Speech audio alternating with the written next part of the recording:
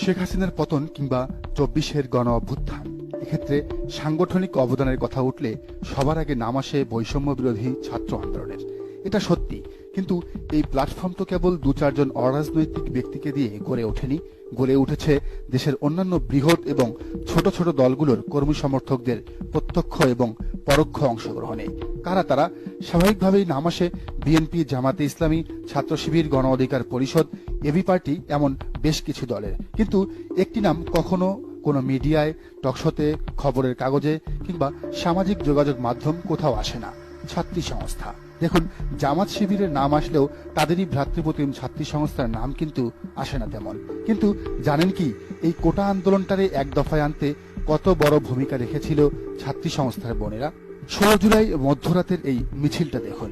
সামনের সারিতে দাঁড়ানো ঢাকা বিশ্ববিদ্যালয়ের বিভিন্ন হলের মেয়েদের হল থেকে অংশ নেয়া শিক্ষার্থীরা। সেদিন শেখ হাসিনা তার ক্ষমতার মসনদে শেষ পেরেকটা মেরেছিলেন ছাত্রছাত্রীদের রাজাকারের নাতিপুতি বলে। আগুনে ঘি ঢেলেছিলেন তিনি। আর তার এই বক্তব্যের প্রতিবাদ জানাতে প্রথম উদ্যোগ নিয়েছিল ঢাবির বেগম রোকেয়া হলের মেয়েরা। আর এই উদ্যোগটি গ্রহণ ও তার বাস্তবায়নে অগ্রণী ভূমিকা পালন করেছিল ছাত্রী সংস্থার তৎকালীন হল কমিটি। পরে ঢাকা বিশ্ববিদ্যালয়ের কমিটির নেত্রীরা পাশের শামসুন নাহার হল, কবি সুফিয়া কামাল হলের কর্মীদের ডেকে আনে এবং সবশেষ যুক্ত হয় দূরের কুয়েতমৈত্রী হলের মেয়েরা। সেদিন রাতের উত্তাল শাহবাগের শুরুটা হয় মূলত ছাত্রী সংস্থার মেয়েদের মাধ্যমেই, যদিও তারা নিজস্ব ব্যানারে তা করেনি, করেছে সাধারণ শিক্ষার্থীদের ব্যানারে। পরে তাতে যুক্ত হন হাসনাত, সার্জিস, আসিফ নাহিদদের নেতৃত্বে অন্যান্য হলের ছেলেমেয়েরা। সেদিন থেকেই কিন্তু ধারাবাহিকভাবে এসব আন্দোলনে নারীদের অংশগ্রহণ বাড়তে শুরু করে এবং ৫ আগস্ট অবধি তারা এক বিশাল ভূমিকায় অবতীর্ণ হন। কিন্তু হাসিনার পলায়নের পর সংগঠনের নেতা হিসেবে যেমন অন্ধকারে থেকে যান মাস্টারমাইন্ড সাদিক কায়েম, এস এম ফরহাদ, সিবগাতুল্লাহ সিকবা কিংবা আলী হাসান, জোনায়েদ, রিফাতরা, তেমনই নাম আসেনি ছাত্রী সংস্থার কারণে।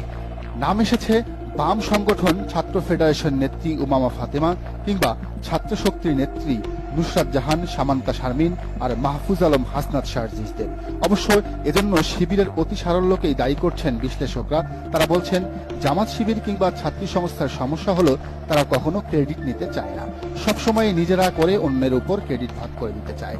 তারা এখনো বুক ফুলিয়ে বলে না এই আন্দোলনের প্রথম শহীদ আবু সাইদ তাদের দলের সাথী। উল্টো কেউ বলতে চাইলে তাদের নিষেধ করে। ভাই, মানুষ যদি নাই জানে আপনারা কি করেন, কি করতে পারেন, তাহলে আপনাদের দলে কেন ভিড়বে, কেন আপনাদের ভোট দিবে? এটা আগের রাজনীতি হিসেবে ঠিক থাকলেও এই শো অফের যুগে কিছুটা হলেও নিজেদের অবদান সম্পর্কে মানুষকে জানানো উচিত। মানে নিজের ঢোল নিজে কিছুটা হলেও পেটানো উচিত। বিগত ১৬ বছরে শুধু যে জামাত শিবির আর বিএনপির উপর অত্যাচার হয়েছে তা তো নয়। ছাত্রী সংস্থার বোনেরা কি বিশ্ববিদ্যালয়গুলোতে ভালো ছিলেন? পুরনো পত্রিকার নিউজগুলো খুঁজে খুঁজে দেখেন না? হাজার হাজার ছাত্রী সংস্থার বোনেরা গ্রেফতার হয়েছেন কেবল ইসলামী আন্দোলনের সাথে যুক্ত থাকার কারণে। কেউ কেউ জেল খেটেছেন বছরের পর বছর, কেউ বা হারিয়েছেন শিক্ষা জীবন। কাউকে কাউকে বহিষ্কার করা হয়েছে বিশ্ববিদ্যালয় থেকেই। তারাবির নামাজ থেকে আটক, ইসলামী বই ঘরে পাওয়ায় গ্রেফতার, এমন শত শত নিউজ পাওয়া যাবে অনলাইনের মূলধারার গণমাধ্যমে। তাহলে এসব বিষয় কেন সামনে আসছে না?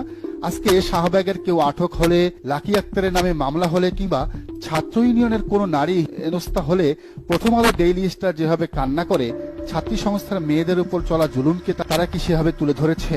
ধরে নাই, ধরবেও না। তবে এবার ছাত্রী সংস্থার মেয়েরা নিজেরাই উদ্যোগ নিয়েছে এদেশ আর দেশের মানুষের জন্য তাদের স্যাক্রিফাইসের কথা তুলে ধরতে। সামাজিক যোগাযোগ মাধ্যম ফেসবুক, টুইটার, ইউটিউবে তারা সক্রিয় হচ্ছে। প্রকাশ্যে সেমিনার করা শুরু হয়েছে। কিন্তু এর সবই তারা করছে ইসলামের বিধান মেনে, পর্দা মেনে। অবাক করা ব্যাপার হলো, ফেসবুক পেজ খোলার মাত্র ১২ ঘন্টার মধ্যেই তাদের ফলোয়ার হয়েছে ১২,০০০-এর বেশি। চিন্তা করা যায় মানুষ আসলে কতটা সাড়া দিচ্ছে এদের কার্যক্রমে। আগামী দিনে ইসলামী ছাত্রী সংস্থা ছাত্র শিবিরের মতোই একটি সারা জাগানো সংগঠনে রূপ নেবে এই প্রত্যাশা করছেন সংশ্লিষ্টরা।